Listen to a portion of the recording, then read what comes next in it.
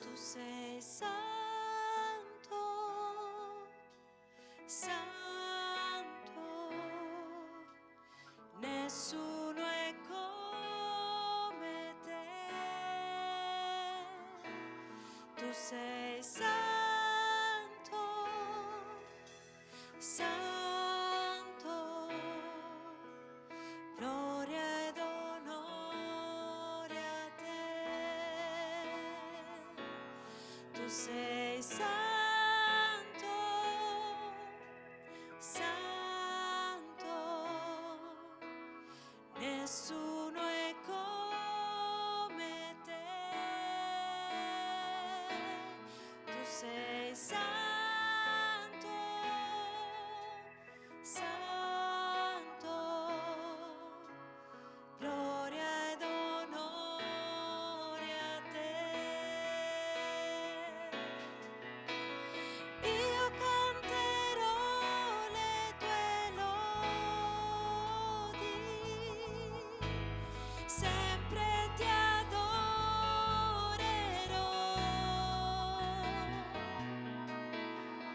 Davanti al trono io mi prostrerò, perché appartengo a te. Tu sei santo, santo, nessuno è come te. Tu sei santo, santo, gloria ed onore a te.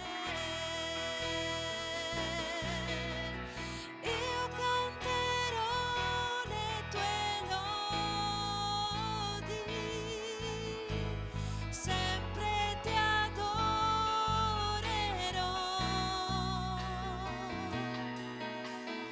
Davanti al trono io mi prostrerò,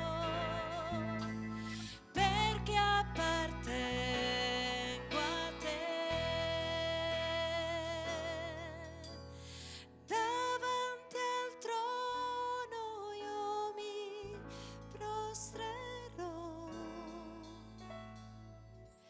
perché appartengo a te.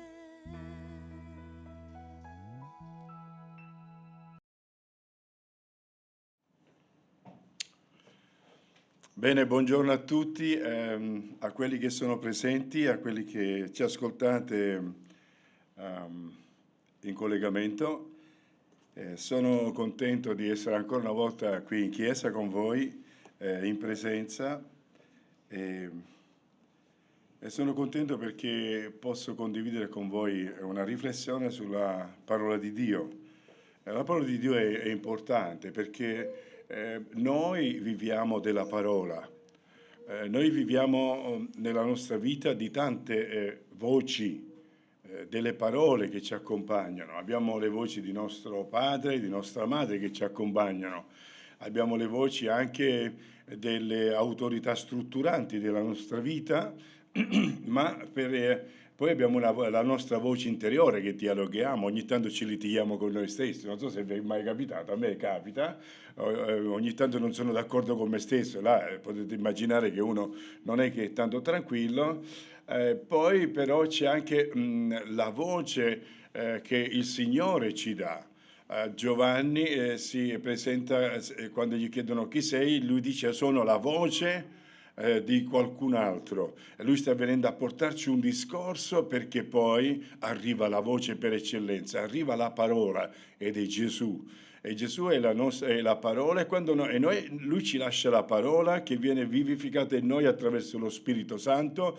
E quando la parola è vivificata in noi attraverso lo Spirito Santo, questa parola ci sostiene, ci ricorda, Gesù ci ha detto vi ricorderà le cose che vi ho detto, e noi abbiamo bisogno della parola perché questa parola costruisce la voce del Signore dentro di noi, ci parla di Dio.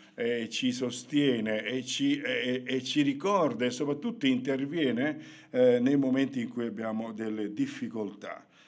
Stamattina volevo concentrare la mia riflessione su Ebrei, capitolo 13, i primi 3 versetti, che magari leggiamo.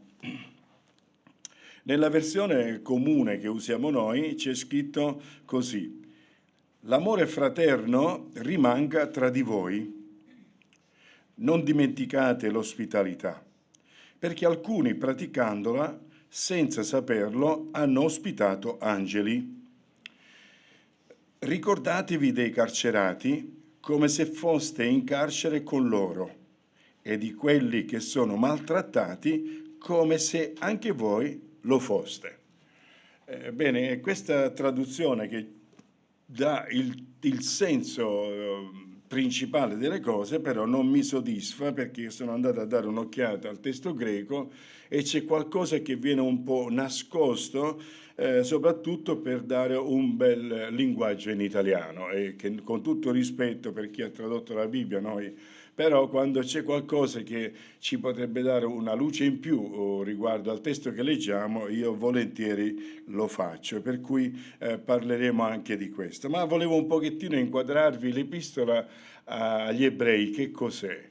L'epistola agli ebrei è un'epistola che ha avuto delle difficoltà soprattutto per sapere chi l'ha scritto, perché per tanto tempo si pensava che l'avesse scritto San Paolo, e invece poi alla fine erano tutti d'accordo che non era lui. E comunque, per stringere tutta la storia, sicuramente, almeno probabilmente per gli studiosi anche di tutti i tempi, esce fuori il nome di Barnaba. È una persona che aveva le qualità per poterlo fare e sicuramente anche la spiritualità per farlo e il cuore verso Dio. L'epistola agli ebrei, che cos'è? Per leggere l'epistola agli ebrei vi dovete mettere una parola in testa: migliore o superiore. Quindi quando voi cominciate a leggere, significa che voi state ricevendo il messaggio, il racconto o quello che noi abbiamo bisogno di sapere in quanto superiore, in quanto migliore. E tutto questo si concentra ovviamente nella persona di Gesù Cristo, che ci propone qualcosa di migliore e ci propone qualcosa di superiore. Cioè noi non siamo tagliati dalla vita, dalla storia, dalla cronologia, non siamo piombati così nella nostra epoca come una goccia d'acqua che cade dal cielo, ma noi siamo dentro, se possiamo dire, un fiume di vita che scorre fino a oggi. E poi c'è stato l'intervento di Cristo, e l'epistola agli ebrei ci descrive che quello che abbiamo in Cristo è il migliore, il meglio che si poteva avere, ciò che è superiore, e ciò che è superiore praticamente rende quello che c'è prima diciamo caduco, oppure diciamo lo rende ineffettivo. Perché Gesù, nella stesura dell'epistola, è migliore, superiore a Mosè, a Giosuè, il sacerdozio che lui vive e propone, migliore del sacerdozio che c'era prima, è superiore, migliore a Melchisedec. Non so se sapete il nome cosa significa, ma Melech significa re, Sadoc significa giustizia. Quindi è re della giustizia, e questo Gesù è ancora di più, è il re della giustizia. Ci saranno nuovi cieli e nuova terra dove la giustizia sarà di casa, versione gaetaniana, ma è così il testo, dove ci sarà la giustizia. Quindi lui è colui, è la nostra giustizia. Paolo dice: non mi vergogno del Vangelo di Cristo, perché in esso è rivelata la giustizia, e la giustizia in Cristo. E poi perché c'è stata un'alleanza, e c'è la nuova alleanza che è superiore, che è migliore, e che poi anche il sacrificio, c'erano sacrifici, ma il sacrificio di Cristo è superiore, unico, migliore, addirittura non ce n'è più bisogno di farne altri. Va bene? E quindi anche si parla della perseveranza della fede, e siamo qui, arriviamo più o meno al capitolo 13, nella parte pratica dell'epistola, dove ci sono ricordate delle cose. Ora, se ci sono ricordate delle cose, e il termine è proprio usato qui, è perché noi abbiamo una tendenza, abbiamo una naturalità al dimenticare le cose, soprattutto le cose buone da fare. Le cose cattive le dimentichiamo un po' difficilmente, e non è perché siamo cattivi, ma perché le ferite stillano in noi un dolore che finché non è guarito rimane lì vivo, perché siamo vivi. I morti non provano dolore, almeno penso che lo sappiamo questo. Quindi ci sono quelli che poi ribattono sempre sulle cose cattive, vabbè, perché hanno certe, come si dice, specializzazioni in quello, ma la cosa che succede è che dimentichiamo il bene facilmente perché ci ha dato soddisfazione e quindi già c'è, siamo pronti per ricevere altro bene. Cioè, quando noi riceviamo il bene, lo dimentichiamo per questo. Bene, mi ha dato un bel bicchiere d'acqua, mi aspetto che arriverà pure il prossimo. E siamo così, siamo costruiti così, noi abbiamo bisogno di alimentare la nostra vita giorno dopo giorno. E qui la scrittura ci dice appunto ci fa delle raccomandazioni affinché noi possiamo vivere la vita in Cristo come si deve. Quindi affinché possiamo essere sempre in uno, come si può dire, in uno statuto di buona salute. E quindi il testo, la prima cosa che dice il modo secco è l'amore fraterno dimori. Ora, siccome è detto alla prima persona del presente indicativo in greco, significa l'amore fraterno ci sia sempre e continuo, ogni giorno, ogni momento, sia lo standard di vita per un gruppo, per una chiesa, per una persona. La Filadelfia, c'è la filia, questa amicizia, questo trasporto fraterno che appunto viene chiamato l'amore fraterno, ci sia come qualcosa che è una costante fra di noi. E quando ci accorgiamo che l'amore fraterno comincia ad abbassare di livello, che nel tempo i nostri standard possono abbassarsi, perché noi possiamo dimenticare. La stessa parola di non dimenticare significa trascurare. Capita che a volte si trascurano delle cose, anche perché siamo presi da mille cose, e chi di noi non è preso da mille cose, e quindi c'è la tendenza a dimenticare o a trascurare, e questo richiamo è importante per noi. E che cosa non dobbiamo dimenticare? E qui ho dato un'occhiata un po' ai significati delle parole, volevo appunto un po' scorrerli insieme a voi. Alla filoxenia, che sarebbe come Filadelfia, quindi per l'amore fraterno, qua c'è filoxenia. Xenia è riferito a colui che è estraneo. Ora si parte da colui che è estraneo alla casa, alla famiglia, ma a colui che è anche lo straniero.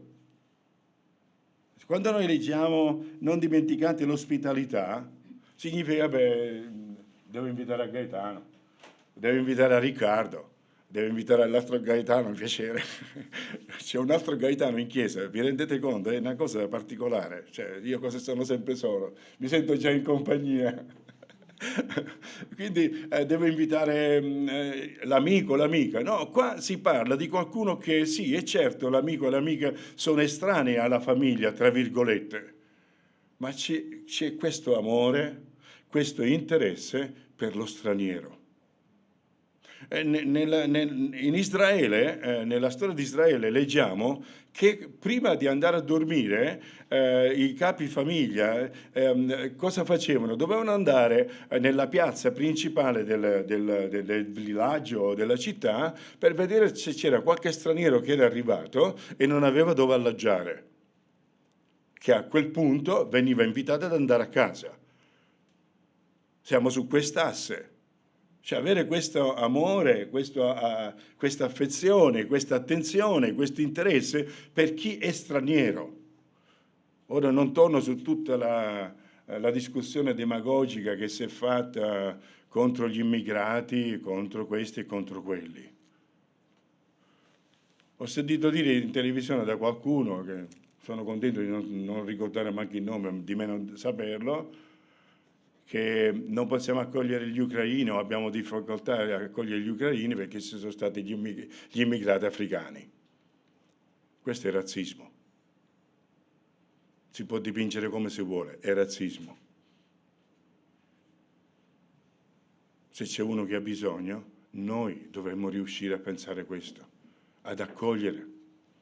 Certo, mi devo ricordare una battuta di mio padre perché diceva, perché poi prosegue qua dicendo, perché alcuni praticandola senza saperlo hanno ospitato degli angeli. Mio papà diceva sì, lui, a casa di mio padre si è praticata l'ospitalità e anche a casa nostra, tanta ospitalità, ma lui faceva pure questa battuta, alcuni praticandolo senza saperlo hanno ospitato degli angeli, ma anche dei diavoli con le corna. Cioè lui era molto franco nelle cose. E bisogna dire sì, che succede? Non tutti quelli che verranno a casa tua saranno degli angeli o dei portatori di buone notizie, perché angelo significa questo, direi quasi postino, però qualcuno che porta buone notizie, che porta il bene di se stesso a disposizione di te, quando ci si incontra, come stai? Ci si scambia queste buone notizie, ah che bello, ecco questo qui, però c'è anche altro, ma comunque la battuta di Francia Senior la mettiamo come qualcosa che può capitare, ma mio padre e mia madre non hanno smesso di ospitare delle persone. E perché vi dico degli stranieri? Certamente stranieri. Io mi ricordo che ero bambino, arrivavano delle persone con operazione e mobilitazione, forse alcuni di voi non sapete nemmeno di che cosa si tratta, di questa organizzazione missionaria, e sapevano dire in italiano soltanto l'unica parola, o ciao o pace. Dopodiché non sapevano niente, avevano bisogno di un traduttore, ma non capivo perché mia madre e mio padre si indaffaravano tanto per preparare i letti e ospitare queste persone. E poi però cantavano, pregavano, giocavamo insieme. Questi simpatici, cioè, no? Non capiscono niente della mia lingua, però sono pure simpatici. Cioè, persone che noi guardavamo così perché erano alti, ti tiravano su, sembrava che ti facevano arrivare in cielo. E quindi cose vissute perché c'erano le benedizioni anche di Dio in questo, di questa accoglienza. E lo stesso mi è capitato quando sono stato in Alsazia, in Francia, sono andato a incontrare qualcuno che non mi conosceva perché ero cresciuto nel frattempo, ero a Colmar e ho chiesto il suo nome, mi ha detto come si chiamava, ho detto non mi conosci? Mi fa no. Ha detto bene, ho fatto una battutaccia, ho detto come? Tu sei stato a casa nostra, hai mangiato, hai dormito a casa nostra, adesso non mi conosci, poverino, lui è stato un po' così. E poi la cosa bella è che gli ho detto Samuele, sono Gaetano, e io ero però a casa sua, da straniero, accolto, non mi conosceva più, non sapeva più. E noi siciliani che ci incrociamo in Francia, in Alsazia, e ci siamo riabbracciati. Ma lui, quest'amore di accogliere degli stranieri. Il primo passo che ho fatto in quella casa era da straniero. Ma non mi conosci? No, non ti conosco. E poi c'è stato un grande abbraccio, questo è stato bello. Un'altra cosa interessante, quindi cari nel Signore, cari tutti, noi siamo il corpo di Cristo e il corpo di Cristo si esprime anche in questo.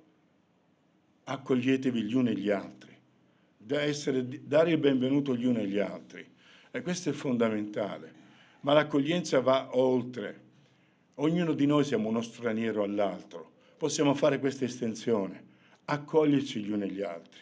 È vero che l'abitudine è ciao, come va? E nemmeno ascolti la risposta. Tanto lo sappiamo, quindi non rispondiamo nemmeno. Ciao, come va? Ciao, come va? Già siamo girati dall'altra parte. Ma ogni tanto osate prendervi 3 secondi, gli uni e gli altri, per ascoltarvi. Se non hai tempo, non lo fare.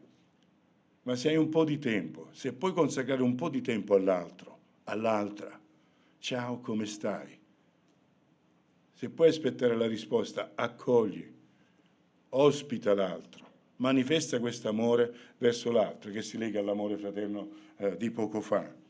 Perché vi dico se non hai tempo non lo fare? Perché poi è imbarazzante, qualcuno che ti vuol dire qualcosa e tu devi andare via.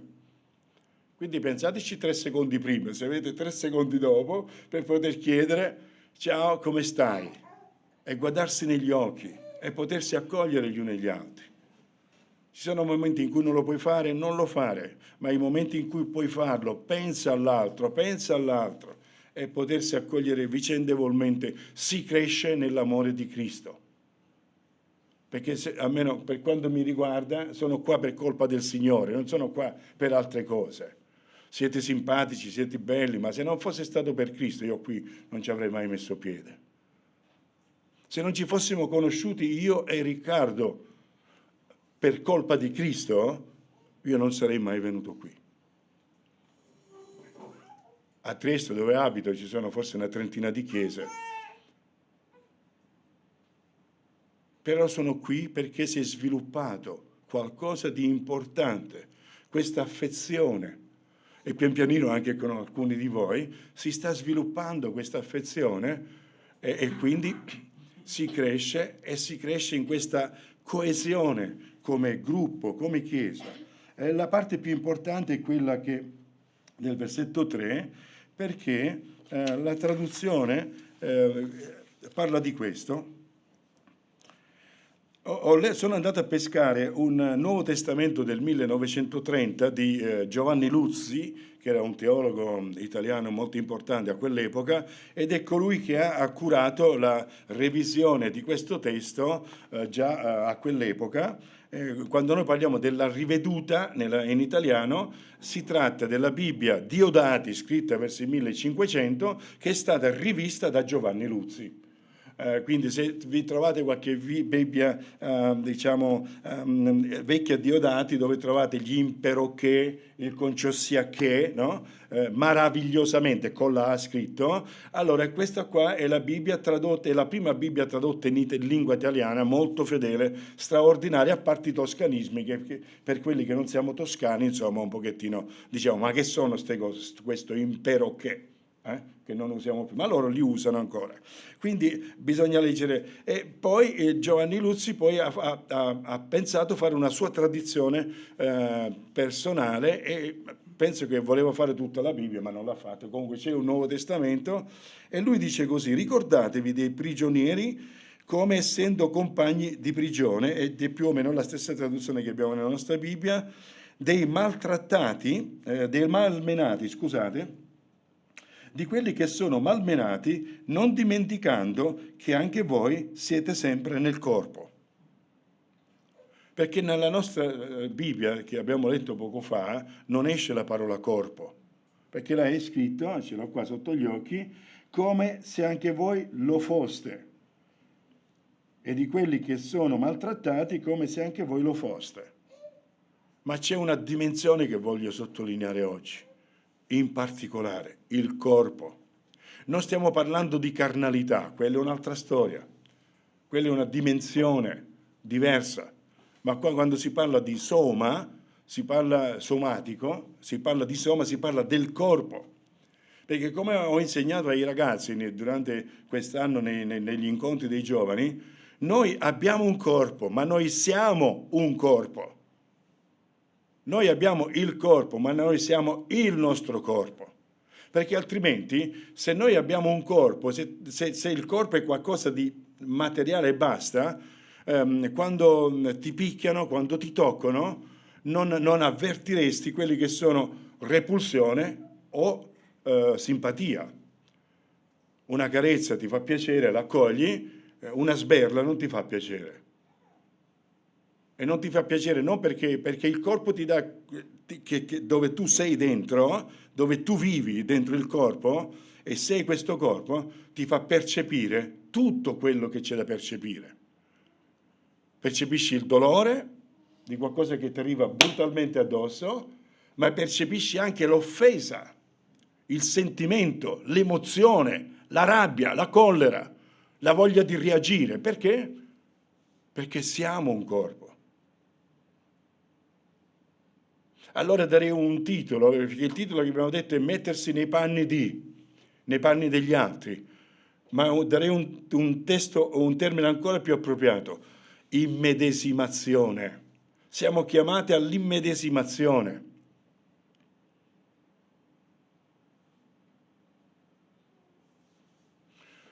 il marito che si immedesima nella moglie, che non è soltanto un oggetto, è una persona, è un corpo persona, o una persona che ha un corpo ma che vive il suo corpo, che è corpo.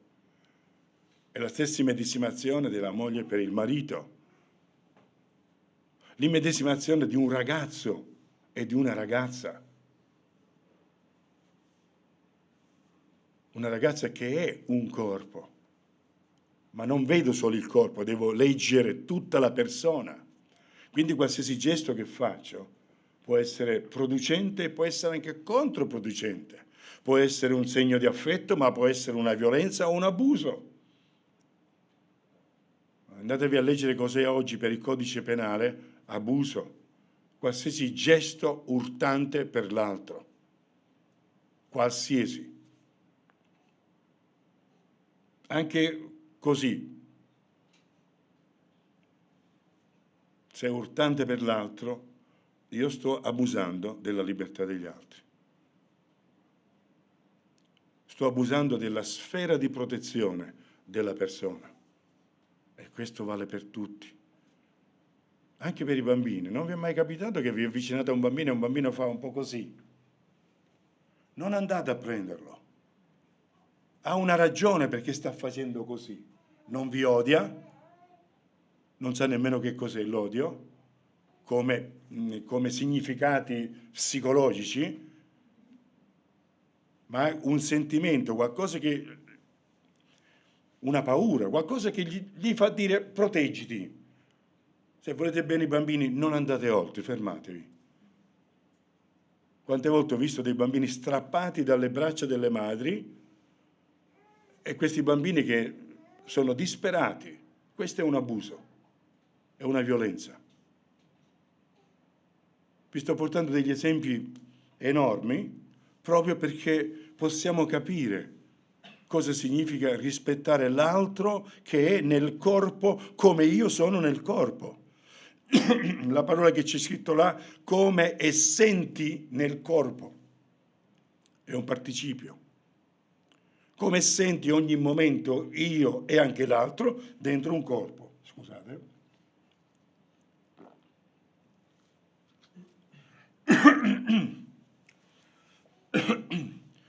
E c'è questo, ricordatevi, questo verbo che sostanzia le due parti del versetto, ci ritorno nel corpo, perché c'è un altro aspetto. Ricordatevi dei carcerati, come se foste in carcere anche voi. Ci avete mai riflettuto a questo? C'è una persona che è carcerata come se io sono seduto con loro. Il termine dice qui, ricordatevi dei legati come se io sono come se voi foste legati con loro.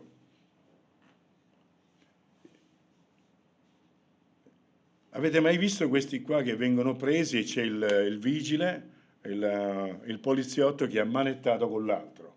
Bene. Quel poliziotto capisce che è ammanettato come l'altro. C'è la differenza però, che lui è un uomo libero, quelle manette si apriranno per lui e per l'altro si chiuderà sull'altro braccio. Siamo chiamati a questa immedesimazione nei confronti del prossimo. Ora, i legati, quelli che hanno dei legami, quelli che hanno degli impedimenti di carattere psicologico, sociale, tradizionale, non sono solo quelli che sono dentro le quattro mura e le sbarre. Per questo vi ho detto in una parola questa riflessione immedesimazione.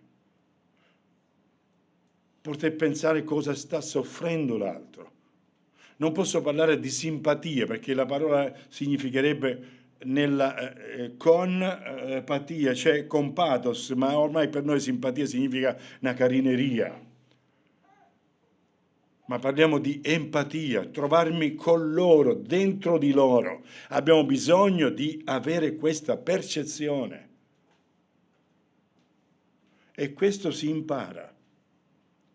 Ci sono persone che hanno una intelligenza per questo, uno sviluppo, ma ce l'abbiamo tutti, però c'è chi ce l'ha più sviluppato o meno. Non so, prendete gli psicologi, i consulenti, i medici, no? Hanno questa intelligenza di immedesimazione. Avete visto qualche volta un medico molto bravo, molto, che l'arte medica per lui è una missione, per lei è qualcosa, è una vocazione. Ecco, questi qua sono persone che hanno questa empatia. Ma c'è anche dei ministeri, ci sono dei pastori che sono molto empatici, ma tutti possiamo imparare a crescere nella nostra empatia. Io penso che tutti abbiamo imparato a usare i computer, ma non siamo tutti informatici. Non abbiamo tutti questo stesso grado di intelligenza logico-matematica. L'ho imparato pure io a usare il computer, ragazzi, cioè, siamo salvi tutti. Non posso paragonarmi a una persona che appunto ha delle qualità particolari, ma anche io posso farlo. Cosa voglio dire con questo? Che anche noi magari non abbiamo questa capacità innata di empatia verso l'altro, ma abbiamo quanto basta per sviluppare questa sensibilità e questa empatia per gli altri. Non so se mi sono spiegato. Spero di essermi fatto capire. Abbiamo bisogno di crescere. Non importa come funziona adesso, non importa a che punto sei adesso, non importa se queste parole ti sfidano e ti chiedono un passo in più in avanti. Io spero a tutti noi, anche a me, che ho studiato questi testi, mi hanno sfidato a fare un passo in più, a crescere in più. Non è che non vogliamo tutti crescere nel Signore? Potete dire qualche amen eventualmente? Così vi fa piacere crescere nel Signore. Tutti possiamo crescere in queste aree perché abbiamo dentro di noi gli strumenti per crescere da sempre, da quando siamo nati. Ma che cos'è che deve crescere prima di tutto? L'interesse per il prossimo. Potremmo riassumere questi versetti in un solo: ami il prossimo tuo come ami te stesso. Ma se abbiamo bisogno di queste spiegazioni particolari è perché non basta usare un principio generale per poter apportare all'empatia necessaria per poter svolgere il nostro cammino cristiano da quello che possiamo dire dei cristiani di qualità. Quindi vogliamo crescere in qualità? Bene, lo possiamo fare. Ma dobbiamo avere questo desiderio di crescita, questa voglia di crescita, tenendo conto di queste raccomandazioni. Di essere con i legati come se foste accanto a loro, là dove sono loro. Io sono una persona transculturale, in tante maniere. Io non vengo da Bolzano Est. Come vi ho detto qualche volta, vengo da un paese che è più a sud di Tunisi ed è ancora Italia. Non so per quanto, comunque. È ancora Italia. E la cultura è cultura. I legami culturali sono legami culturali. Ma noi dobbiamo essere dei cristiani italiani. Degli italiani cristiani, scusate, e non dei cristiani all'italiana. Spesso noi siamo dei cristiani alla siciliana, all'italiana, alla tedesca o alla svizzera o all'americana.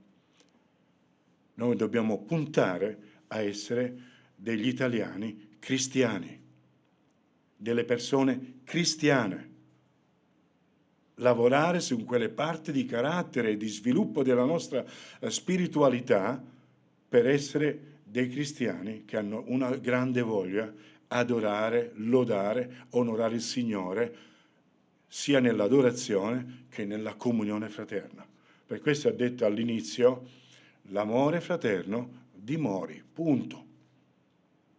Viaggiate in questa costante. E poi ci dà le particolarità. Quindi, per riassumere, l'amore fraterno rimanga fra di voi, Non dimenticate l'ospitalità, quindi l'accoglienza, abbiamo detto qui, degli stranieri, da quelli più vicini come stranieri a quelli più lontani, e c'erano anche nell'Antico Testamento si parlava anche di popoli da accogliere, e poi di questi che sono legati, di questi carcerati, come se foste in carcere anche voi. Ma noi siamo come quello lì che sappiamo che le manette si aprono e sono libero. Però devo anche aiutare colui che ha un legame per poterlo aiutare a sciogliersi questi legami, a essere libero, libera anche lui, anche lei. E anche qui per i malmenati, per i maltrattati.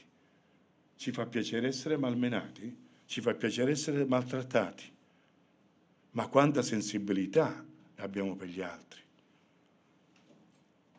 E per capirlo ricordiamoci che abbiamo e siamo un corpo. Come soffrirei se fossi in quella situazione?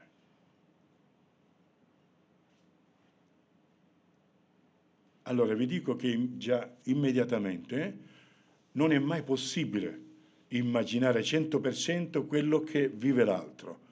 Non dite mai alle persone ti capisco, perché ognuno di noi è diverso e non puoi capire l'altro. Non puoi capire l'altro, ma mi posso immedesimare. Questo sì, cerco di capirti, questo sì, e questo conforta. Mi capisco e fa una reazione, ma tu non sei come me. Non puoi capirmi, ma dire mi immedesimo nella tua situazione, cerco di capire, questo è già un conforto, è una parola che accarezza l'anima e il corpo delle persone. Quindi su questa base di questa costanza dell'amore fraterno possiamo lavorare su tutte queste specifiche che ci vengono dette in questi 3 versetti, poi ci sarebbe tutto il resto, ma sarà un'altra volta, su queste specifiche. In modo che quando ci vediamo non vediamo soltanto una sagoma, un fratello, una sorella di passaggio, quando ci sono questi momenti va bene, ma che possiamo pensare agli altri. E vi dico un altro momento in cui è importante fare spazio agli altri, è nella vostra preghiera personale. Il primo amore per l'altro, per l'altra, dal punto di vista fraterno, dal punto di vista sociale, nasce quando tu fai spazio nel tuo cuore per accogliere l'altro e l'altra ai piedi di Gesù.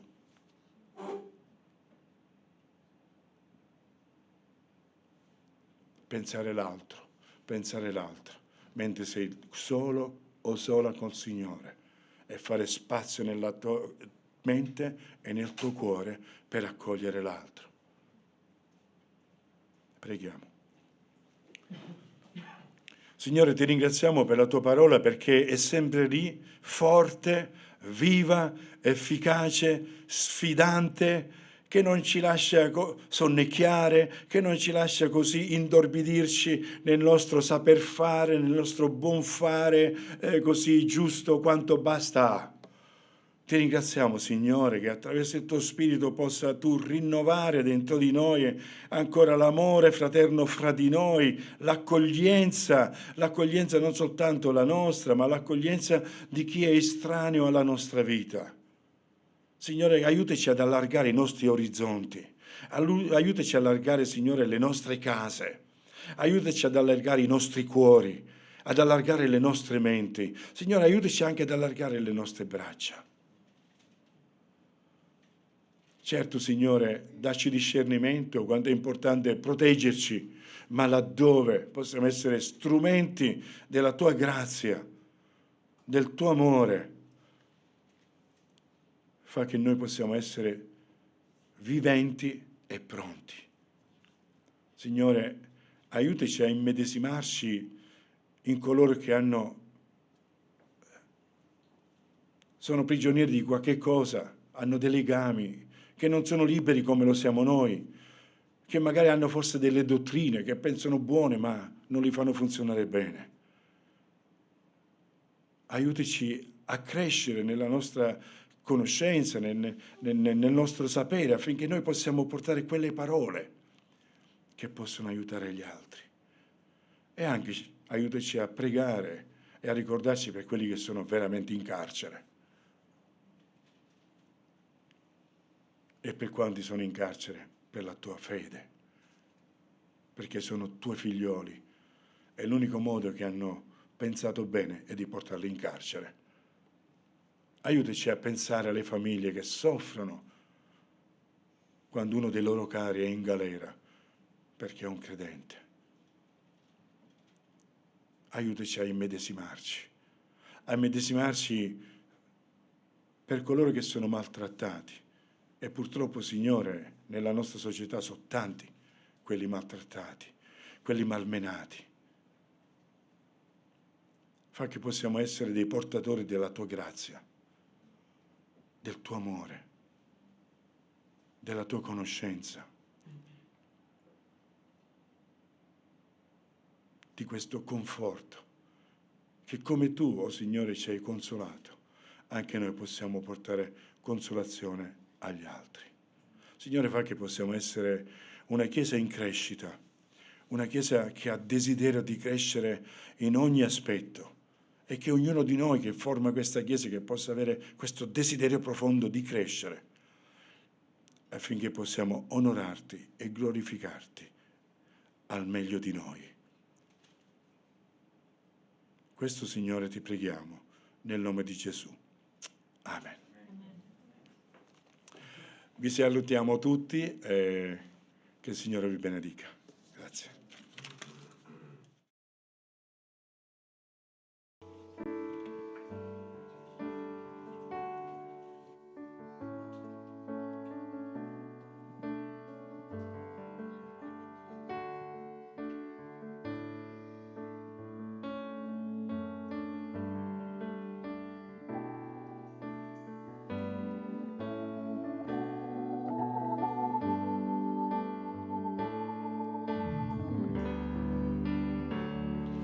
Benedice il Signor, anima mia, loda il suo santo nome,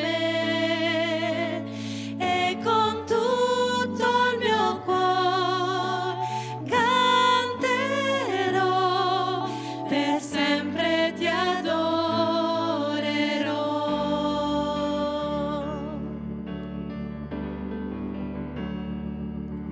Il sole sorge su un nuovo giorno, è tempo di cantare a te. Non so cosa accadrà, non so quello che mi aspetta, ma canterò finché la notte arriverà. Benedice il Signor, anima mia, loda il suo santo nome, e con tutto il mio cuore canterò, per sempre ti adorerò.